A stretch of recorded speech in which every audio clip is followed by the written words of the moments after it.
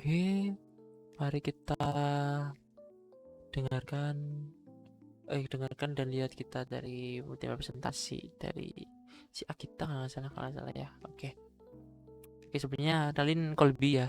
Aku ini pakai karakter biar aku papernya nggak banyak sih soalnya di lingkunganku lagi agak kurang kondusif. Oke, kita mulai. Pada kesempatan kali Duh, ini, ayo kita kontraksi. belajar tentang sejarah, lebih tepatnya tentang kolonialisme dan imperialisme di Indonesia.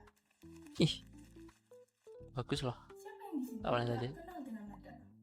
Yap, lada merupakan kategori rempah-rempahan dan pada umumnya Ih, digunakan di masakan Nusantara seperti soto, sup, semur, tumis, hingga masakan lainnya. Rempah yang satu menarik. ini memiliki Asik, asik, efek asik. baik bagi kita, yaitu dapat menghangatkan tubuh. Pada masa dahulu, lada sangat dicari-cari oleh bangsa asing, khususnya Ih, bangsa ih, Eropa, ih, menarik. karena memiliki nilai tinggi di pasar dunia. Kenapa bisa begitu ya? Yuk, simak penjelasan berikut.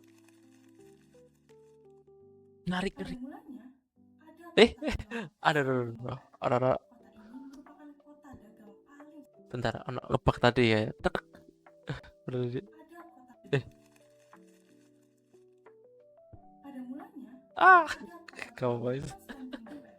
Kota ini merupakan kota dagang paling strategis. Hmm. Banyak barang-barang Asia seperti rempah-rempahan masuk ke Eropa melalui kota ini. Namun, pada tahun 1453, Konstantinopel yang awalnya dikuasai oleh Kaisar Romawi Timur jatuh ke tangan Turki Utsmania di bawah komando Muhammad Al-Fatih. Setelah itu, Kesultanan Konstantinopel membuat aturan yang memberatkan para pedagang Eropa, yaitu dengan menaikkan pajak setinggi-tingginya. Oh, oh gitu ceritanya. Berdagang lagi. Padahal masa itu rempah-rempahan sangat dicari oleh bangsa Eropa karena memiliki nilai harga jual yang sangat tinggi. Akibat sulit mendapatkan pasokan barang dari Asia, orang Eropa pun akhirnya berpikir untuk langsung mencari ke sumbernya. Mulai dari situlah dilakukannya penjelajahan Nusantara untuk menemukan daerah penghasil rempah-rempahan. Dan salah satunya Nusantara. Negara Eropa yang pertama kali menepi di Nusantara adalah negara Portugis. Setelah Portugis membawa kembali rempah-rempahan dari Nusantara ke Eropa, banyak negara Eropa yang terinspirasi untuk melakukan penjelajahan samudra.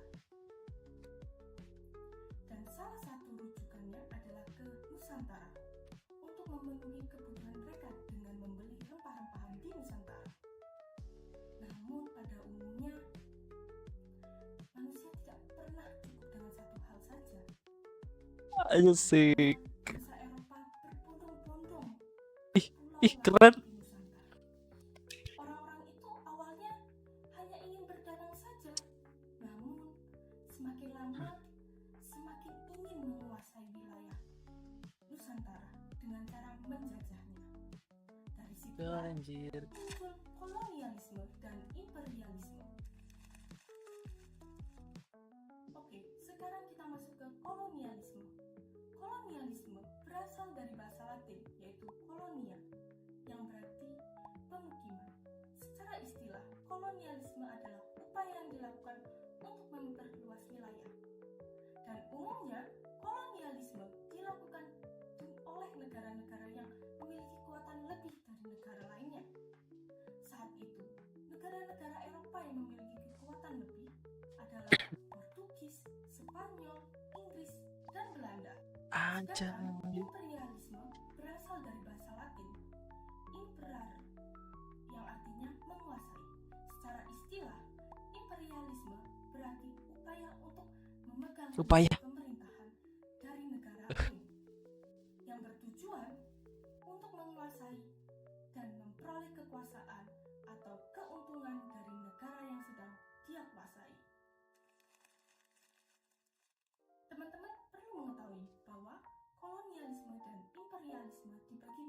beberapa jenis. Jika kita berbicara tentang kolonialisme, dibagi menjadi dua jenis, yaitu pertama, koloni eksploitasi. Koloni eksploitasi adalah penguasaan wilayah dengan tujuan mengeksploitasi sumber daya alam dan manusia di wilayah tersebut untuk kepentingan negara penguasa. Yang kedua adalah koloni penduduk. Koloni penduduk adalah penguasa suatu wilayah dengan cara mengusir atau menghilangkan gitu. dan menggantikannya dengan pendatang. Sedangkan jika kita berbicara tentang imperialisme, akan dibagi berdasarkan waktu dan tujuan. Imperialisme berdasarkan waktu adalah imperialisme kuno dan imperialisme modern. Imperialisme kuno muncul sebelum reformasi industri di Inggris yang dilatar belakangi oleh 3G, yaitu adalah gold kekayaan, gospel penyebaran agama Kristen, dan glory kejayaan. Sedangkan gitu. imperialisme modern muncul setelah revolusi industri yang dilatar belakangi oleh faktor ekonomi dan kebutuhan industri pada saat itu. Sedangkan imperialisme berdasarkan tujuan dibagi menjadi tiga, yaitu imperialisme politik. Tujuannya untuk menguasai kehidupan politik suatu negara.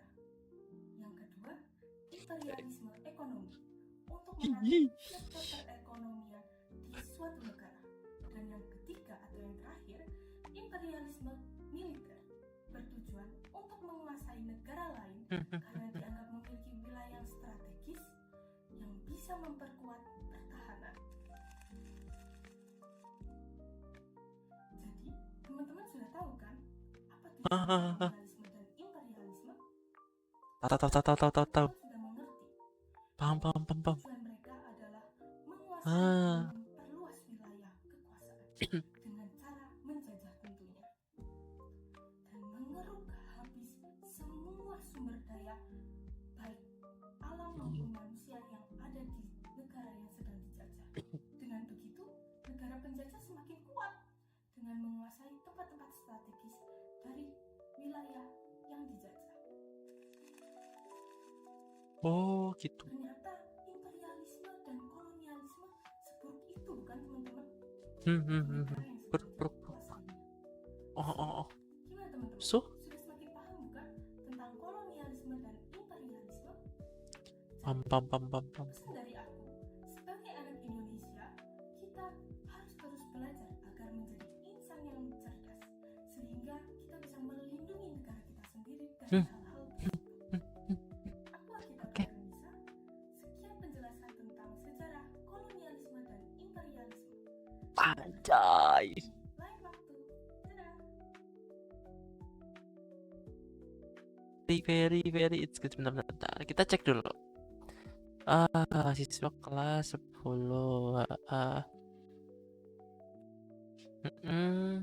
biologis maupun cara kami selesaikan.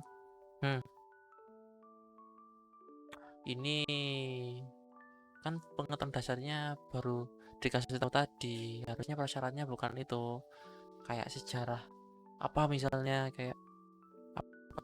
Yang penting bukan ininya kan, soalnya persyarat itu kan adalah syarat yang kita harus penuhi ketika ini mau disampaikan, ketika multimedia ini mau diberikan, itu gimana.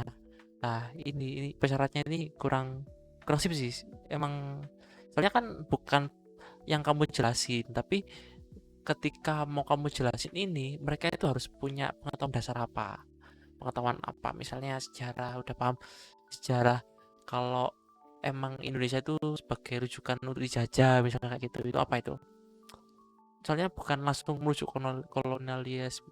kolonialisme dan imperialisme, harusnya kan gitu. Laptop, speaker, proyektor. Sebenarnya teknologi ini tergantung ini nanti mau disampaikan di mana sih. Dan ketika multimedia presentasinya seperti ini, itu lebih baik ketika seperti misalnya pandemi dulu gitu kan, nggak bisa tetap langsung sama gurunya.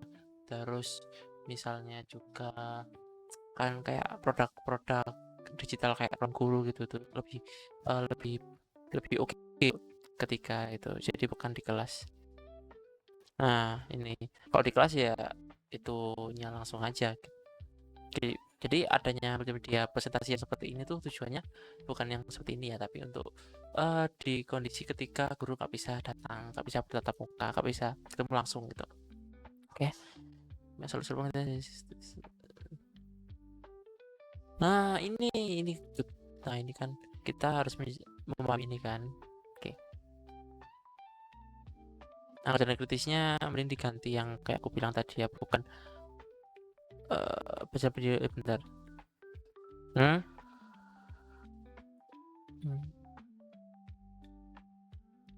Hmm. Ya walaupun konteksnya itu adalah yang tidak bisa bertatap muka langsung gitu misalnya.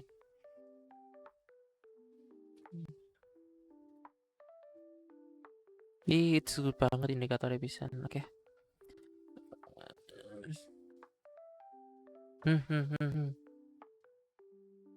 Interaksimu it's good banget.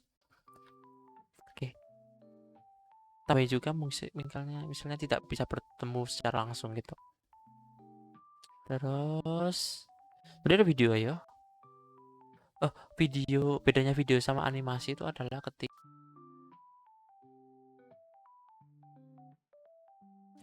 video dari kamera itu is video. Kalau kayak tadi misalnya itu animasi itu ya dengan dia fakta, konsep, prosedur, prinsip ini beneran nggak ada kah misalnya, apa kalau nggak beneran nggak ada ya udah nggak apa-apa, tapi kalau ada emang ya maybe bisa dimasukin kan.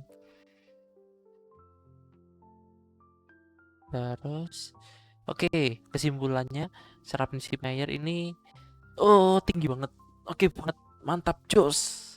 Cuman ada beberapa hal yang kurang itu di koherensinya tadi ada sesuatu yang mengganggu. Pertama adalah kayak tadi ada teks bentar nge-lag lah itu tadi.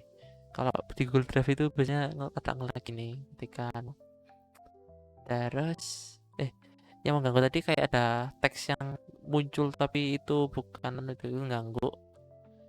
Terus apa lagi ya yang ganggu? Ada lagi tadi kalau ada teks yang pokoknya ada yang salah tadi loh, itu yang ganggu. Terus ada juga redundansi. Jadi redundansi kan ada pengulangan.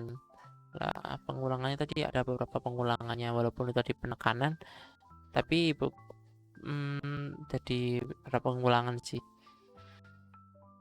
Kalau nggak salah kayak Sudah semakin paham bukan tentang kolonialisme dan imperialisme?